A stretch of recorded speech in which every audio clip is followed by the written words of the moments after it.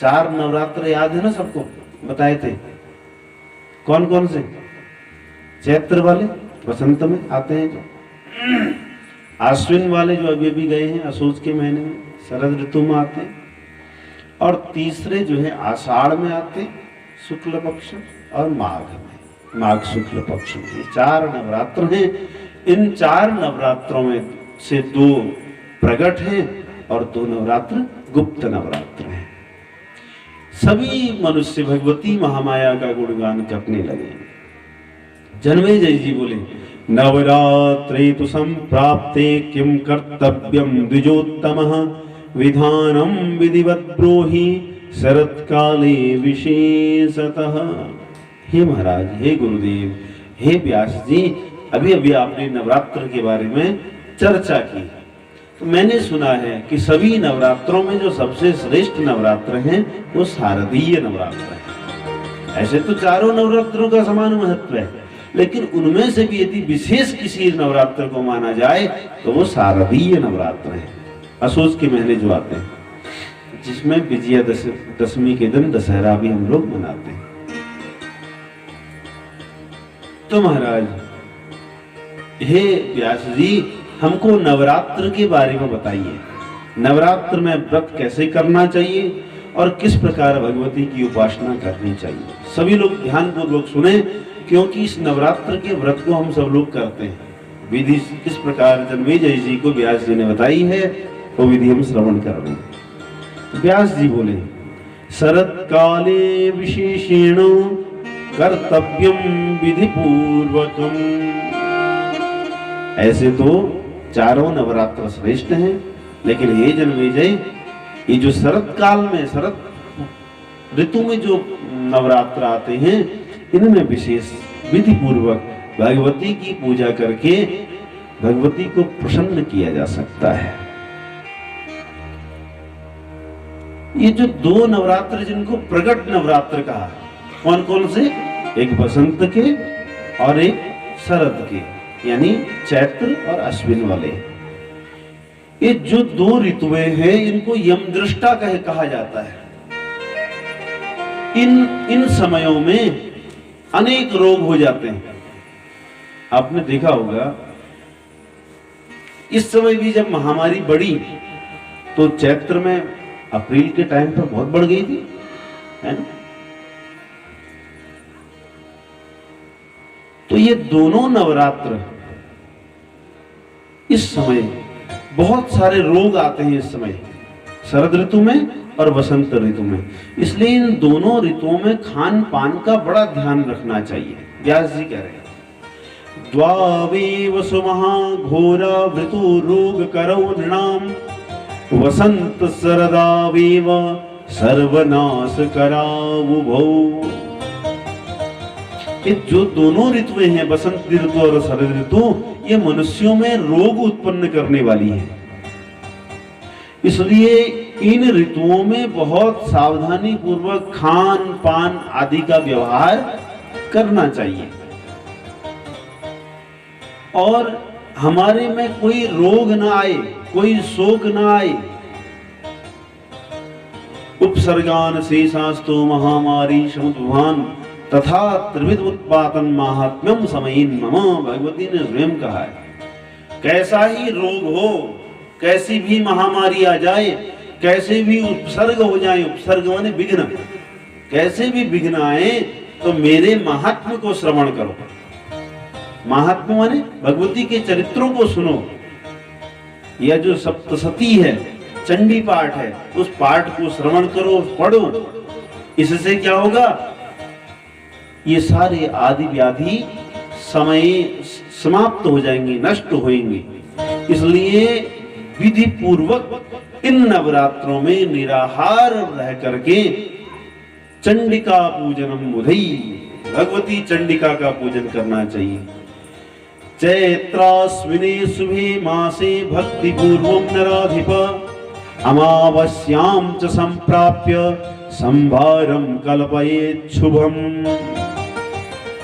चैत्र में और अश्विन मास में भक्ति पूर्वम नराधिप, हे राजन, मनुष्यों को क्या करना चाहिए? भक्ति में स्थित होकर के, किसी को दिखाने के लिए पूजा नहीं करनी है, किसी को दिखाने के लिए व्रत नहीं करने हैं। भगवती की प्रसन्नता के लिए, आत्म कल्याण के लिए इन दोनों नवरात्रों में भगवती की उपासना करनी चाहिए। ध्यान पूर्वक सुने। क्या करें? अमावस्या के दिन पूजा के संभारों को एकत्रित करें, क्योंकि अमावस्या के दूसरे दिन से, प्रतिपदा से नवरात्रि प्रारंभ होते। तो अमावस्या के दिन पूजा की सारी सामग्री एकत्रित कर लें और हविष्यम चासनम कार्यम एक भुक्तम तो तद्दने, अमावस्या के दिन भी श्रेष्ठ भोजन करें। जिस दिन व्रत शुरू होने वाला है, दूसरे दिन से, प्रतिपदा से, उससे पहले दिन से ही, यानी अमावस्या के दिन एक टाइम भोजन करें।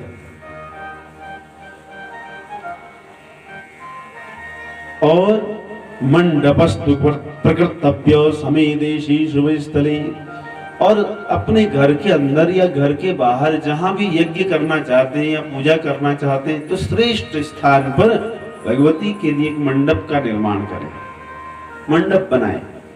उस मंडप में भगवती का स्थापन करना चाहिए। घर में उस दिन ध्वजा लगानी चाहिए अपने घर के ऊपर, है ना। घर के ऊपर ध्वजा अगर लगती है तो बहुत सारे वेद दूर हो जाते, वेद नहीं लगते, इसलिए घर में ध्वजा लगानी चाहिए दोनों नवरात्रों में। इस प्रकार भगवती के दिव्य सिंहासन का निर्माण करें, उस पर भगवती को विराजमान कर दे। प्रातः काल उठ करके अपना नित्य कर्म स्नान आदि करें, संध्या पूजन करें, ब्राह्मणों को निमंत्रण दें, ब्राह्मणों का चरण प्रक्षालन करें, चरण धोए, उनका सम्मान करें, फिर उनके द्वारा स्वस्ति वाचन आदि करवा के गणेश आदि देवताओं का पूजन करके भगवती की पूजा करवे। रेशमी वस्त्र में भगवती को स्थापित करें और उसके ऊपर चतुर्भुजी भगवती जगदम्बिका को स्थापित करके अनेक श्रृंगारों से, अनेक प्रकार के आभूषण वस्त्र आदिकों से भगवती की उपासना करें। हाँ, अगर किसी के पास प्रतिमा नहीं हो, प्रतिमा किसकी बनाए, ये भी नियम है भाई। मिट्टी की भी प्रतिमा हो सकती है, सोने की प्रतिमा हो सकती है, पीतल की प्रतिमा हो सकती है, तांबे की प्रतिमा हो सकती है। कदाचित प्रतिमा ना हो। हाँ, एक बात और मैं कहना चाहता हूँ, लोग घर में इतनी बड़ी प्रतिमाएं रख देते हैं। घर में 12 अंगुल की प्रतिमा होनी चाहिए, इससे बड़ी प्रतिमा नहीं होनी चाहिए। 12 अंगुल से बड़ी प्रतिमा घर में कोई भी देवता की नहीं होनी चाहिए। 12 अंगुल से छोटी ही हो प्रतिमा, जिसकी घर में पूजा करें।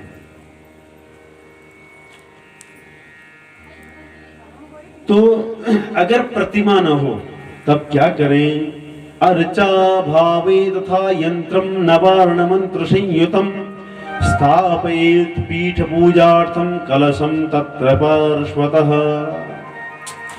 अगर भगवती की प्रतिमा नहीं है तो भगवती का नवार्ण मंत्र युक्त यंत्र की स्थापना कर ले, यंत्र में ही भगवती की पूजा कर ले और उसके साथ ही कलश स्थापन भी करें, कलश भी रखें और पास में सारी पूजा की सामग्री रख करके उत्सव की तरह, जैसे हम उत्सव मनाते हैं उसी प्रकार प्रसन्न होकर के भगवती का समाराधन करें, नृत्य करें, भजन गाए और खूब भजन गा करके भगवती को रिझाए।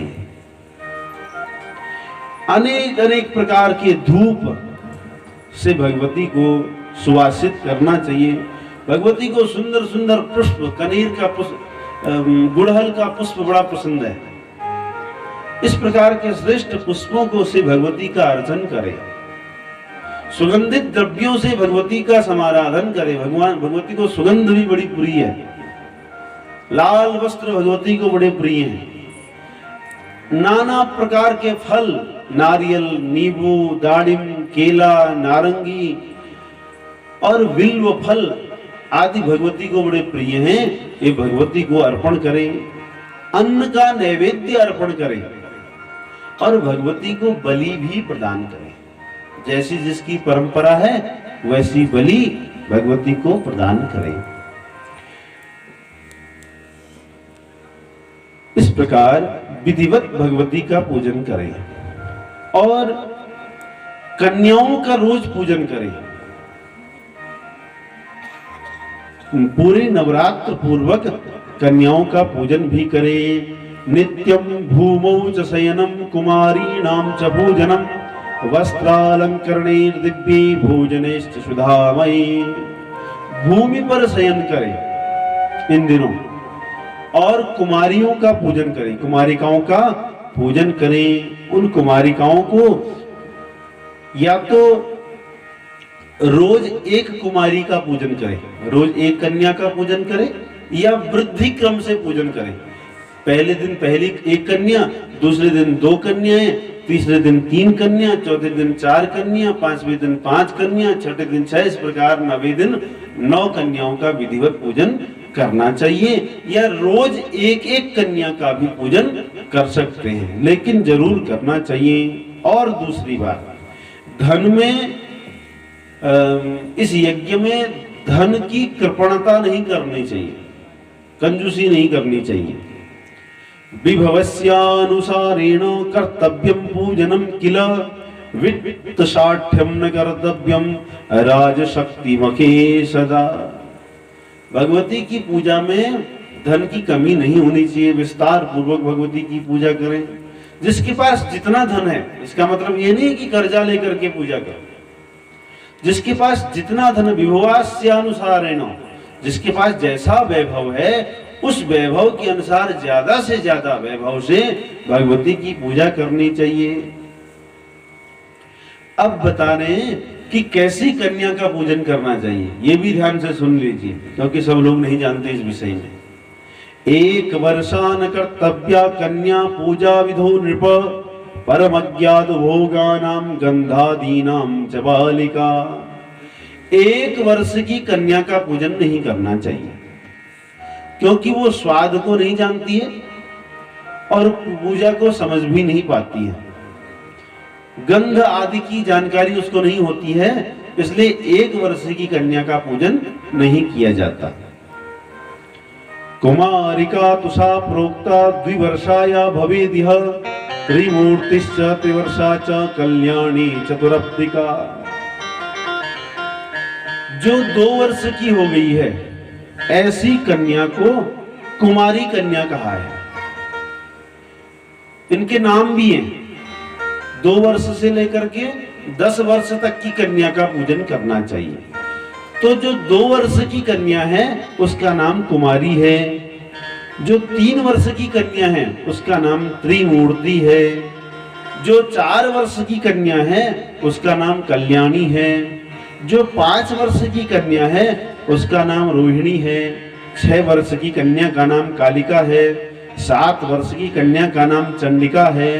8 वर्ष की कन्या का नाम सांभवी है। 9 वर्ष की कन्या का नाम दुर्गा है और 10 वर्ष की कन्या का नाम सुभद्रा है।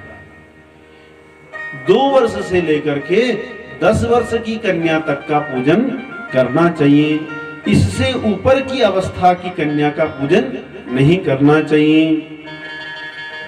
इस प्रकार विधिवत कन्याओं का पूजन करना चाहिए। इन कन्याओं की पूजन करने का फल भी है। भाई कुमारी कन्या का पूजन करेंगे तो क्या फल मिलेगा? लिखा है कुमारी पूजिता कुर्या दुख दारिद्र्य नाशनम। कुमारी कन्या का जब पूजन किया जाता है तो दुख और दारिद्र्य का नाश हो जाता है। आयु की वृद्धि होती है, धन की वृद्धि होती है, बल की वृद्धि होती है, शत्रुओं का नाश होता है। और जो त्रिमूर्ति नाम की कन्या का पूजन करता है, त्रिमूर्ति पूजनादाय स्त्रीवर्गस्य फलम भवेत् धन धान्यागमस्यैव पुत्र पौत्रादिवृद्धया। जो त्रिमूर्ति नाम की कन्या का पूजन करता है उसको धर्म, अर्थ और काम की पूर्ति होती है। धन धान्य की कोई कमी नहीं होती है, पुत्र पौत्र की वृद्धि होती है। इसी प्रकार उन सभी कन्याओं की महत्ता है। इसलिए 2 वर्ष से लेकर के 10 वर्ष तक की कन्या का पूजन होना चाहिए। और एक बात ध्यान रखें, जो कन्या हो वो सकलांगी हो, उनका कोई अंग खंडित न हो, ये भी ध्यान रखें। सर्वांगी हो, सुकुमारी हो।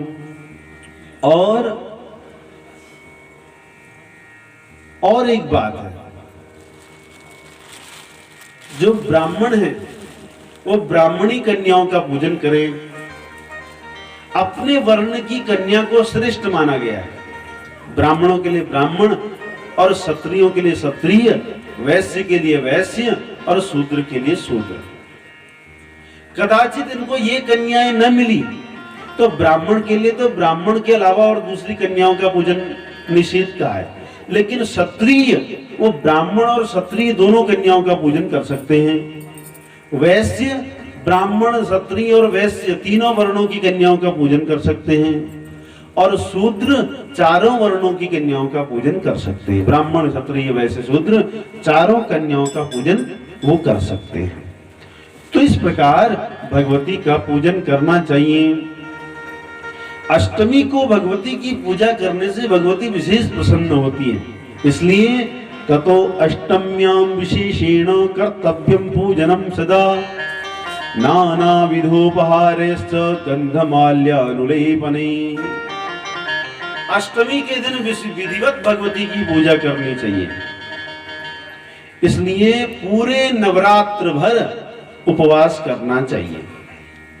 देखो, उपवास भी अनेक प्रकार से हैं। उपवास माने होता है निराहार और निर्जल, यानी जल भी नहीं पीना है।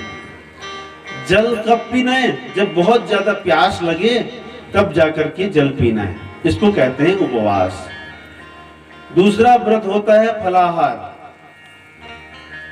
उसमें एक टाइम फल लिया जाता है। दिन भर व्रत रखें और एक टाइम फल लें, ये फलाहार व्रत है। एक पयोहार भी व्रत है कि एक टाइम दूध पीना है, वो पयोहार है।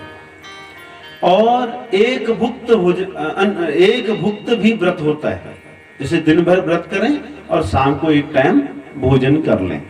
ज्यादातर आजकल हम लोग ऐसे ही नवरात्र में व्रत रखते हैं, दिन भर व्रत रखते हैं और शाम को एक टाइम भोजन करते हैं। तो इस प्रकार विधिवत व्रत कर रहे हैं। लेकिन जो 9 व्रत पूरे न कर पाए वो क्या करें? बोले 3 दिन के व्रत कर लें। वो 3 व्रत कर लें, सप्तमी, अष्टमी और नवमी। इन तीनों के व्रत को भी नवरात्र व्रत कहा गया है। इसलिए ये सप्तम्यां तथा अष्टम्यां नवम्यां भक्ति भावतः त्रिरात्र करणात् सर्वं फलम भवति पूजनात्। इस प्रकार 3 रात्र का व्रत करके भी नवरात्र की पूजा का फल स्वीकार प्राप्त कर सकते हैं। ये उनके लिए है जो नवरात्र व्रत नहीं कर सकते, नवरात्रि पर्यंत जो व्रत नहीं कर सकते, उनके लिए है कि सप्तमी, अष्टमी, नवमी 3 रात्रि का व्रत करें।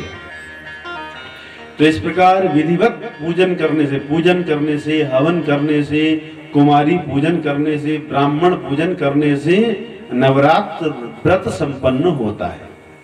इस प्रकार नवरात्र का व्रत करना चाहिए। व्रतानि चान्यानि दानानि विविधानि च नवरात्र व्रतस्यास्य नैव तुल्यानि भूतले। ऐसे तो इस पृथ्वी में अनेक व्रत कहे गए हैं, लेकिन इन व्रतों में जो सबसे श्रेष्ठ व्रत हैं वो नवरात्र के व्रत हैं। इसलिए सभी को नवरात्र के व्रत करने चाहिए, चाहे वो विद्यार्थी हो, चाहे वो धनार्थी हो, चाहे वो पुत्रार्थी हो, राज्य भ्रष्ट हो, कोई भी हो, किसी भी कामना को लेकर के जो व्रत करना चाहता है वो नवरात्र का व्रत करे। उनकी सभी कामनाएं मां भगवती पूर्ण करती है। बोलो भुवनेश्वरी मैया की जय हो। इस प्रकार भगवती की प्रसन्नता के लिए व्रत करना चाहिए। अब नवरात्र के व्रत की महिमा बता रहे हैं।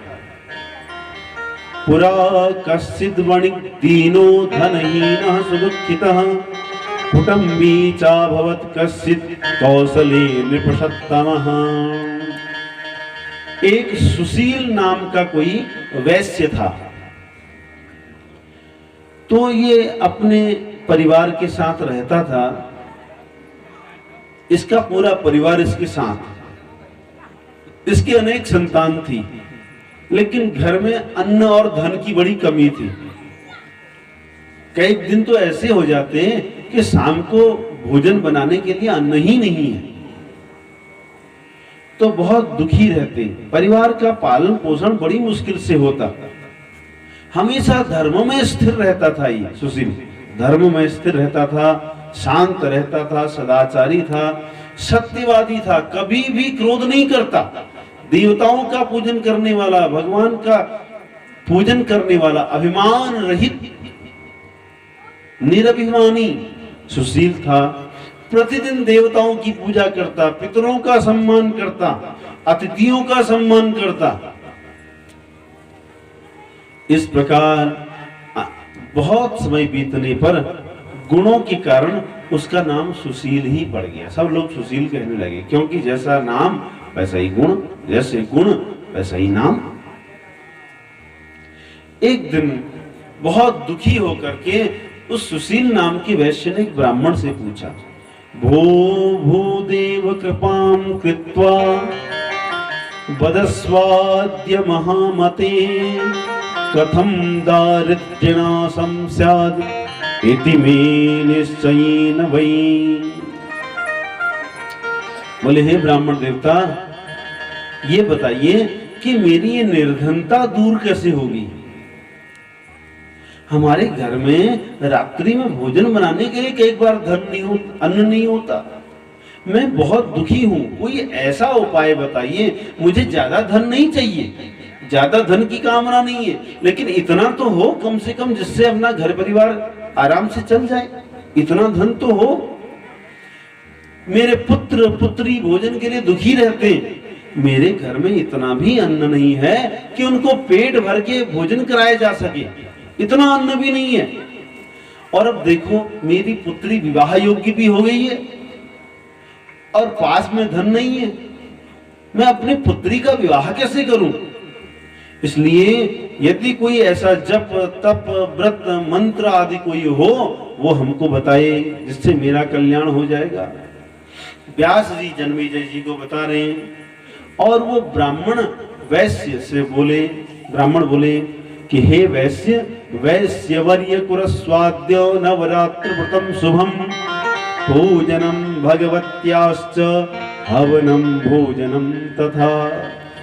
हे सुशील, मेरी बात सुनो, आपको नवरात्र का व्रत करना चाहिए। भगवती का पूजन हवन और भोजन कराना चाहिए। भगवती के पूजन करने से आपकी सभी मनोकामनाएं पूर्ण हो जाएंगी। इसलिए देखो, पूर्व एक समय में श्री राम जब राज्य भ्रष्ट हो गए थे, राज्य से निकाल दिया गया था, वनवास में थे, उस समय श्री सीता जी का अपहरण हो गया और किष्किंधा में जाकर के बड़े दुखी होकर के श्री राम ने भगवती की उपासना की। इसलिए आपको भी ये उपासना करनी चाहिए। नवरात्र के प्रभाव से श्री राम ने रावण को जीत लिया और सीता जी को प्राप्त किया, तो इसलिए आपको भी ये नवरात्र व्रत करना चाहिए। सुशील ने उस ब्राह्मण को अपना गुरु बना लिया। ब्राह्मण देवता ने उनको भगवती महालक्ष्मी जी का, महामाया का बीज मंत्र दे दिया और वो ब्राह्मण, वो सुशील हमेशा उस बीज मंत्र का जप करने लगा और इसने नवरात्र में विधि पूर्वक भगवती का पूजन किया। दोनों नवरात्रों में भगवती का पूजन करता। तो इस प्रकार 9 वर्ष बीत गए।